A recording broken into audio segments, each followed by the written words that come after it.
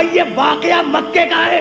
رسول نے ہجرت کی, مکے سے سفر اختیار کیا, مکے کا زمانہ گزر گیا, رسول نے ہجرت کی, مدینے آئے, ہجرت کا پہلا سال گزرا, دوسرا سال گزرا, تیسرا سال گزرا, ہجرت کا چوتھا سال آیا.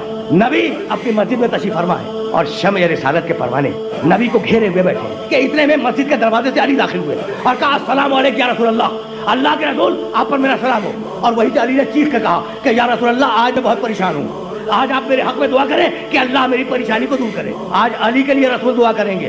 اور ایک مرتبہ رسول نے ہاتھ کو بلند کیا. بھائی توجہ رکھنا, اس جملے کے لیے زحمت دی, اللہم ارحم علی علی ابن ابی طالب بحق علی ابن ابی طالب. پروردگار علی کی پریشانیوں کو دور کر, علی ابن ابی طالب کی پریشانیوں کو دور کر, بحق علی ابن ابی طالب, تجھے واسطہ علی ابن ابی طالب کا. بس یہ سننا تھا کہ دل کی بات زبان پہ آ گئی. کسی نے پکار کے کہا کہ یا رسول اللہ یہ آخر بات کیا ہے کہ ہمارا کام ہو جب بھی بحق علی ابن ابی طالب اور علی کا کام ہو جب بھی وسیلہ علی کا.